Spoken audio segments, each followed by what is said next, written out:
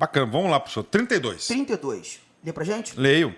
Maria e Joana, estudiosas do direito constitucional, travaram intenso debate a respeito da força normativa das normas programáticas, concluindo corretamente, ao fim, que normas dessa natureza... FGV ama isso aqui.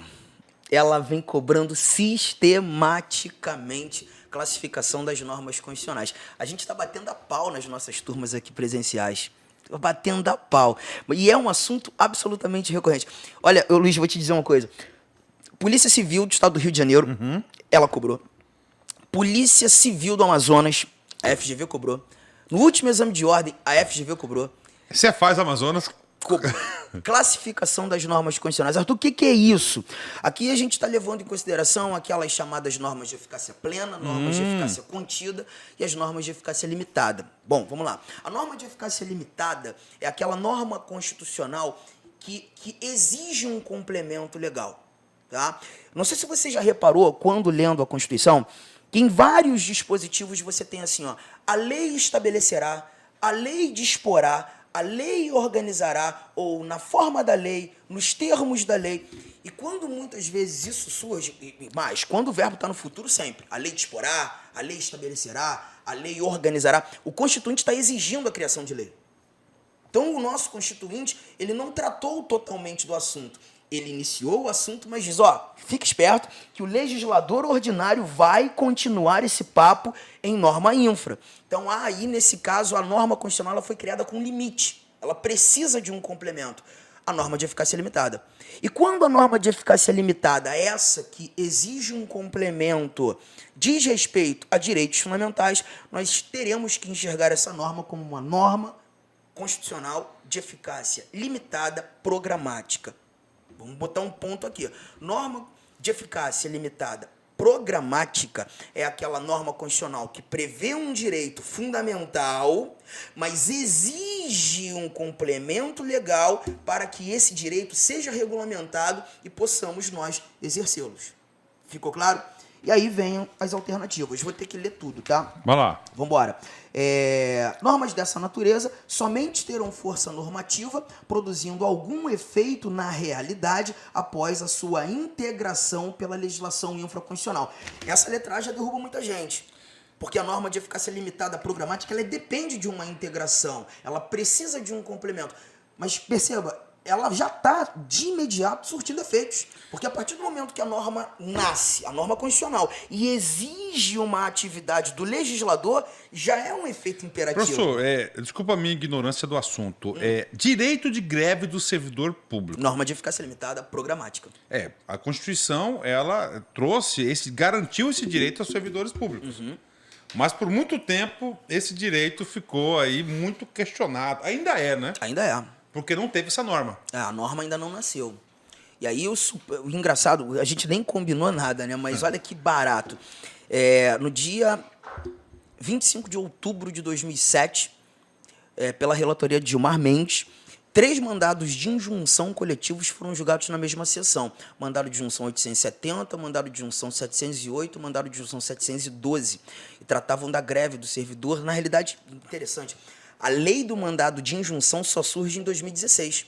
Mas em 2007, nós já tínhamos doutrinariamente a figura do mandado de injunção coletivo. Esses 3 mandados de injunção que eu comentei aqui, eles foram impetrados por 3 sindicatos. Sindicato dos Policiais Civis do Espírito Santo, Sindicato dos Servidores da Educação do município de João Pessoa e o Sindicato dos Servidores do Judiciário do Pará, discutindo a greve desses servidores.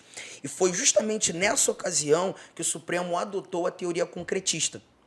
Ou seja, buscar resolver aquele direito por conta da falta de norma regulamentadora. O que ele faz? Ele pega a Lei 7.783, de 1989, que é a lei de greve da iniciativa privada, e a adequa ao serviço público, dando uma solução temporária. A partir do momento, né, que o legislativo editar essa norma, essa decisão morre.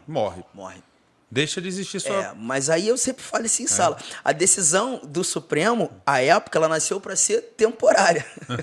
Só que isso foi em 2007, nós já estamos Não há em 2022. interesse, não há interesse do legislador. não há interesse. Melhor deixar como tá, né? Não tem interesse, hein? Eu vou direto pro gabarito, então. Vai lá, tá? então. Letra E do gabarito. Diz Letra assim, E. ó, que essas normas programáticas, elas possuem eficácia, Ok. mas de modo limitado, devendo direcionar a interpretação dos demais comandos da ordem jurídica, além de revogar as normas infraconstitucionais pré-existentes que se mostrem incompatíveis com ela. Todas as normas, todas as alternativas anteriores mostraram que a norma de eficácia programática não tem eficácia alguma, até que haja complementação. Não, ela já tem.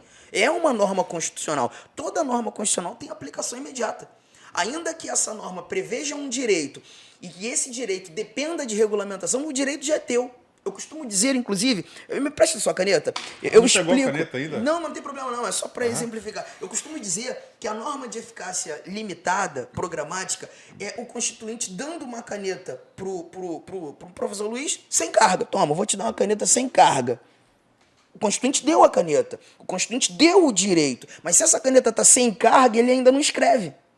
Mas a caneta já é dele. É justamente o que acontece numa norma de eficácia programática. O constituinte me deu o direito, mas ele diz que eu só vou conseguir exercer o direito depois da regulamentação surgir. O Luiz só vai conseguir escrever depois que a carga chegar. Mas a caneta já está na mão dele. Norma de eficácia programática, já tem um efeito. Letra E. E ainda vou mais ainda, professor, assim, aprofundando um pouco aí, né?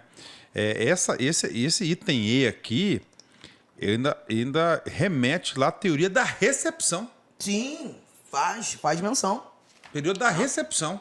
Porque tudo aquilo que já se mostrava presente no ordenamento jurídico, né, com o advento de uma nova Constituição, normas pretéritas ao texto constitucional que se mostrem incompatíveis, elas são revogadas. Exemplos. Código Tributário Nacional. Sim, muitos dispositivos do Lei CTN, 4.320 de 64, Lei do Orçamento. Também muita coisa. Terceiro, CLT. São todas as normas que foram recepcionadas, que complementam a Constituição. E tanto que essas três leis são leis ordinárias, mas têm status de lei complementar. Pois é. Eu leciono direito eleitoral também. Né?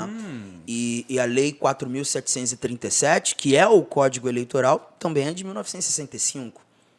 E muitas das regras, inclusive que tange a foro relacionadas a crime eleitoral, não foram recepcionadas. Então tem coisa no Código Eleitoral, ou crime eleitoral no Código Eleitoral, que é julgado pelo TSE, mas a nossa Constituição estabeleceu competência para o STF. Então, aquilo que se mostra incompatível, contrário, previsto no Código Eleitoral, assim como todas essas leis que você citou, são retiradas. não foram recepcionados. A teoria da recepção, legal pra caramba.